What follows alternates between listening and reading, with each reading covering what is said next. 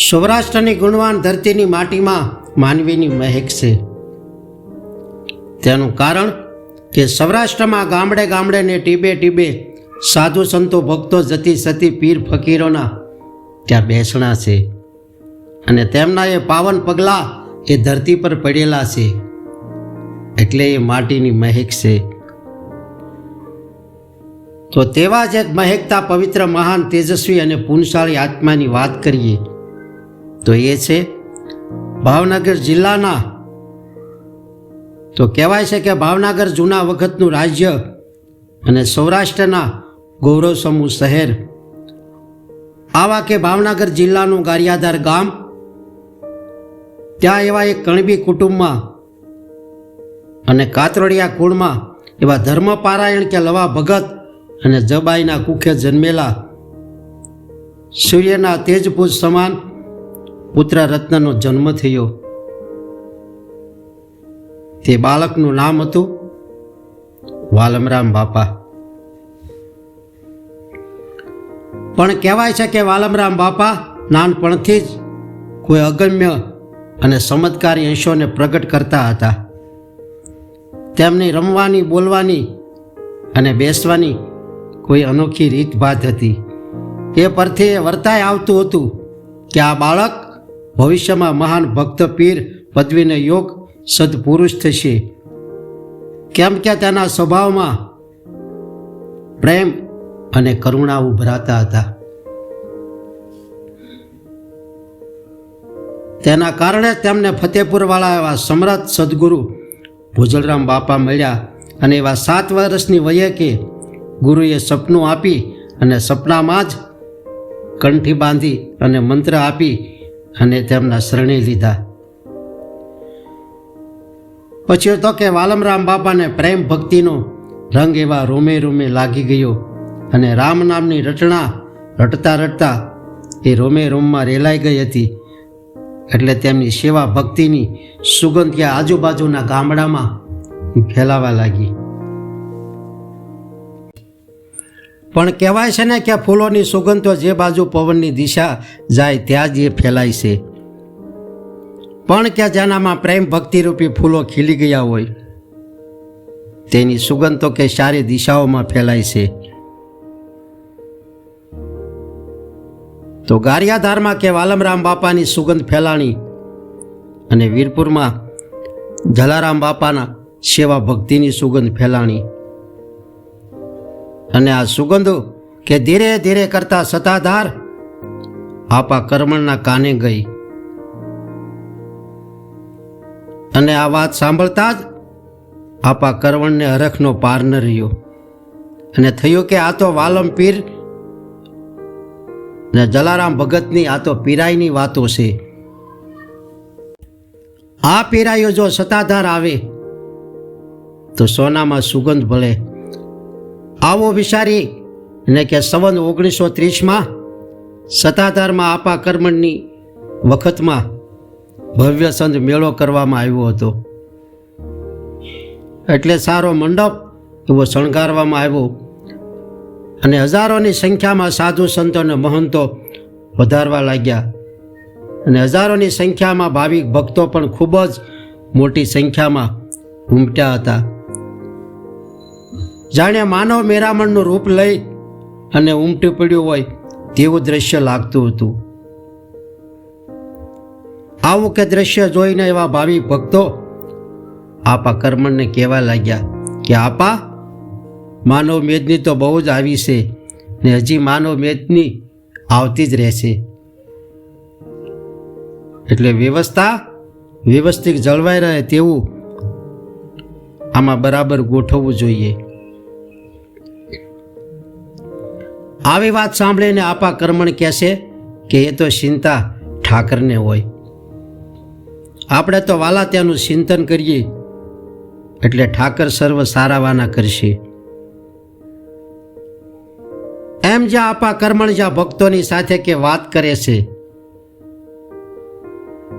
ત્યાં ગારિયાધારથી વાલમરામ બાપા અને વીરપુરથી જલારામ બાપા આ બંને ગુરુભાઈ આવ્યા અને બોલ્યા કે આપા કરમણને સીતારામ આવો કહેવા સાંભળીને આપા કર્મણે જોયું તો વાલમરામ બાપા અને જલારામ બાપાને આવતા જોયા અને જોતા જ આપા કર્મણને એવા આનંદની હેલી સડી અને ભક્તોને કહેવા લાગ્યા કે વાલા, હું નહોતો કહેતો કે ઠાકર સર્વ સારાવાના કરશે? એમ કહીને કે આપા કર્મણ ઊભા થયા અને વાલમરામ બાપા અને જલારામ બાપાને ભેટી ગયા. પછી તો જેમ ગંગા યમુના ને સરસ્વતી મળે અને ત્રિવેણી સંગમ થાય, એવી જ રીતે ત્રણ સંતો મળ્યા અને સંત ત્રિવેણી થઈ અને અનેરો એવો આનંદ થયો. પછી તો કહેવાય છે કે મેળાનો સર્વાધિકાર પૂજ્ય જલારામ બાપા અને પૂજ્ય વાલમરામ બાપાનો હસ્તક રાખવામાં આવ્યો હતો. એટલે યોગ રીતે કે વ્યવસ્થા થઈ રહી હતી. એટલે મેળામાં આવેલા સાધુ સંતો, મહંતો, ભક્તોને મેળાના યોગ ધોરણે સર્વનો સત્કાર તેમજ માનપાન જળવાઈ રહ્યા હતા. કેમ કે મેળાની અગાઉ 1 માસથી રસોડાની કેવી તૈયારી કરવામાં આવી હતી. કારણ કે રસોઈમાં મુખ્ય શુદ્ધ ઘીની સુખડી રાખવામાં આવી હતી. પછી તો એ સુખડીની સુગંધ અને સતાધારના પીરાણાની સુગંધ ફૂલોની સુગંધની જેમ ફેલાણી અને કે મેળામાં આવ્યો માનવ મેદની ખૂબ જ ઉમટી આવી અને ભોજનાલયમાં ભોજનની સગવડ સાસવા હજારો સારથિયા એવા તૈયાર રાખવામાં આવ્યા હતા. અને એવા હરેહરની કે હાકલો થઈ રહેલી હતી અને સેવામાં ભાવિક ભક્તો એવા ગોઠવાઈ ગયેલા હતા. અને પીરસવાની શરૂઆત થઈ એટલે એક પંગત, બીજી પંગત, ત્રીજી પંગત, એમ કે પંગત પડતી જાય છે અને જમવાવાળા બેસતા જાય છે અને સારથિયાઓ સુખડીનો પ્રસાદ પીરસતા જાય છે અને સુખડી ખાતા જાય છે અને આપા કર્મણનો કે જય જયકાર કરતા જાય છે. અને કોઠારી ઓરડામાંથી સુખડી મંગાવતા જાય છે અને સેવકો ઓરડામાંથી સુખડી લાવતા જાય છે. એમાં એક ઓરડો ખાલી થયો, બીજો ઓરડો ખાલી થયો, ત્રીજો ઓરડો ખાલી થયો, એમ કરતા કે ચોથો ઓરડો પણ ખાલી થયો ને બધો માલ ઉપડી ગયો ને સો મૂંઝાણા ને સારથિયાઓ કહેવા લાગ્યા, સુખડી લાવો, સુખડી લાવો. હજી તો અડધા માણસો જમવાના બાકી છે. આવી કે વાત સાંભળીને કોઠારી તો ગભરાઈ ગયા અને થયું કે હવે શું કરવું. એમ વિચારીને જ્યાં આપા કર્મણ બેઠા હતા તેમની પાસે આવી અને કહ્યું કે બાપા, સુખડી તો સાવ ખૂટી ગઈ, હવે શું ઉપાય કરવો?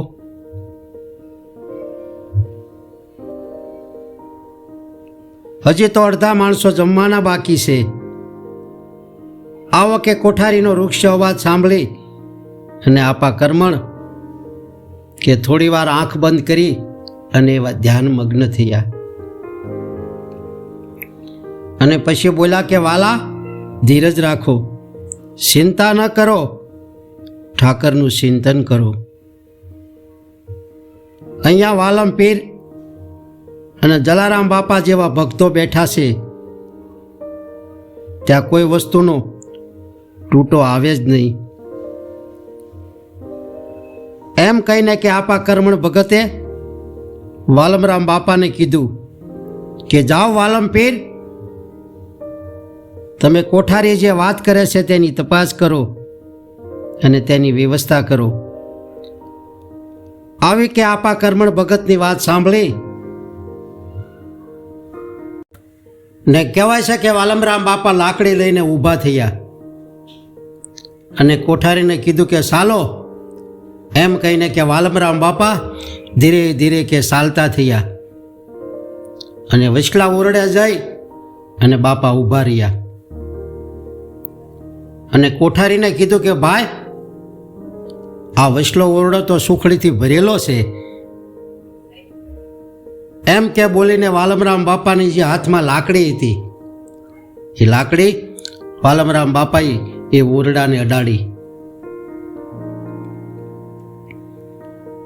પણ કોઠારીના મન તો હતું કે મારા હાથે આ સારે ઓરડામાંથી મેં સુખડી લેવરાવી લીધી અને જરાય પણ ઓરડાની અંદર ભૂકો રહેવા દીધો નથી. અને આ વાલમરામ બાપા કહેશે કે આખો ઓરડો સુખડીથી ભર્યો છે, તો આ બાપા શું કહેતા હશે? પણ કે બાપાનું માન રાખવા ખાતર એ કોઠારી ઓરડાના બારણા ખોલે છે. પણ એ બારણા ખુલતા નથી અને મહા મહેનતે જ્યાં બારણું ઉઘડ્યું અને જોયું તો સુખડી કે ઓરડામાંથી ઉભરાય અને ઓરડી બહાર આવતી હતી અને આખો ઓરડો એવા સુખડીથી ભરેલો હતો. આવો દ્રશ્ય જોઈને કોઠારીને અને સર્વ ભક્તજનોને કે અસંભાનો કોઈ પાર ન રહ્યો. અને પછી કહેવાય છે કે વાલમરામ બાપા ધીરે ધીરે કરતા બાજુના ઓરડે ગયા અને ત્યાં પણ કે બારણા ઉપર લાકડી અડાડી અને કોઠારીને કીધું કે વાલા, આ ઓરડો પણ ભરેલો છે.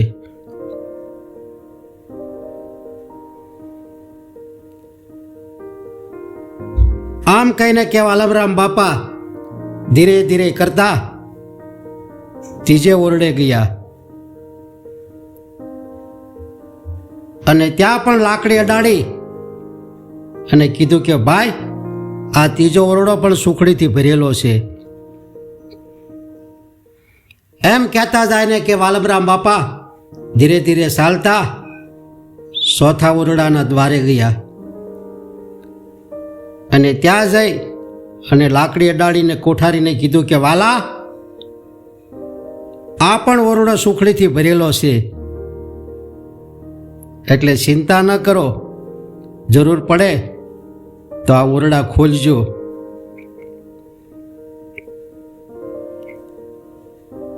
આવે કે વાલમરામ બાપાની અમૃતમય વસન સાંભળી અને એ સુખડીનો પરસો જોઈ અને વાલમરામ બાપાની પીરાય એ સર્વલોક ગળી ગયા.